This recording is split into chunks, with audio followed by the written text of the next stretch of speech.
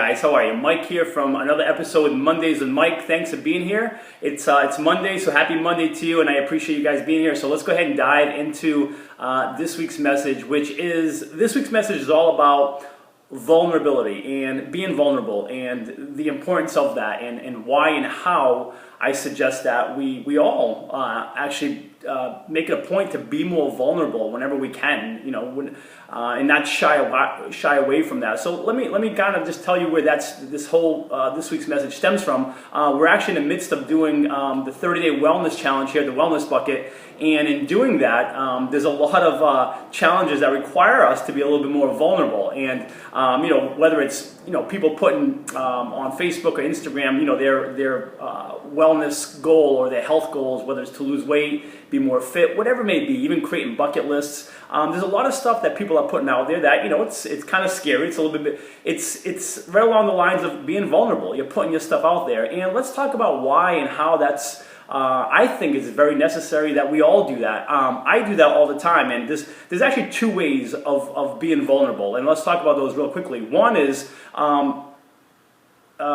it's not agreeing, but just saying when you're wrong. I mean, it's just kind of like admitting when things didn't go so well. Maybe whether it's like admitting like, hey, I tried this and I failed, or I was wrong, one or the other. And I'm wrong a lot of the times, and I have failed at a ton of things. And I don't shy away from sharing that just because it's normal, it's okay. Whether it's like, weight loss, whether it's like, hey, we tried to go for this certain time at a marathon and you didn't hit it, it's okay. There's nothing wrong with, trying and not getting there. It's just part of the process to being successful. So I have no problem sharing that, and a lot of us don't have any problem sharing that. Maybe we do, maybe we don't, but it's okay. We're not going to be perfect all the time, and I think when we admit that, we allow others to do the same and not be afraid to try and fail and try again. So that's one way of being vulnerable, is just kind of sharing your wins as well as your losses, especially your losses. And another way to be vulnerable is just to kind of put out there what you're looking to do. And I do this a ton with the Wellness Bucket. It's no surprise that I want to create fit camps that I can offer all over the world just to make a difference, to help people be a part of, to go to feel and just live their best by going to these camps and surround themselves with people who are also moving, jumping, screaming, pushing, kicking, just to kind of feel their best, change their state, and just give it their all, with all that they're doing, in their own personal lives, careers, etc. So that's another way, is just putting out there, what you're looking to do. And a lot of the people that are currently taking part in this wellness challenge are putting themselves out there as far as, hey, this is what I'm doing, this is what I want to do.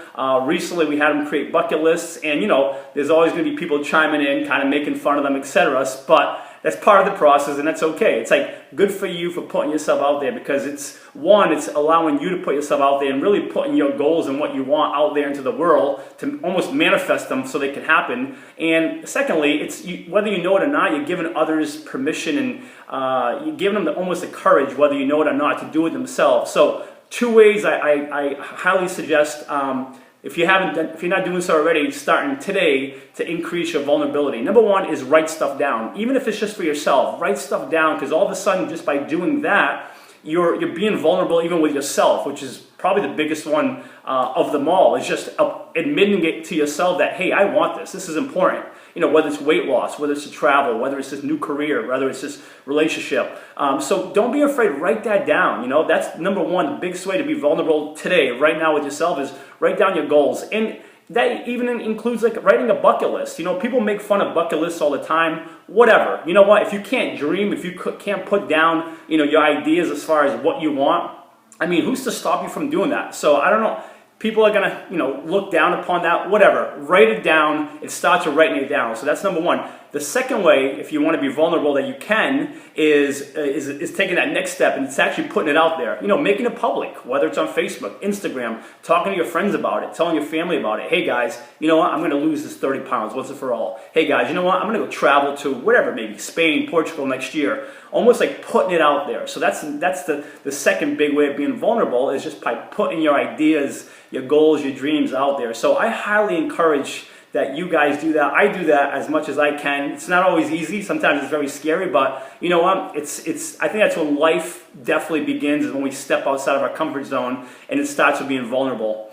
That's this week's message, guys. Thank you so much for being here. You are absolutely awesome. Thank you for allowing me to be vulnerable with you very often. If I can help you in any way, don't ever hesitate to reach out to me directly. I love hearing from you guys. It's mike@thewellnessbucket.com.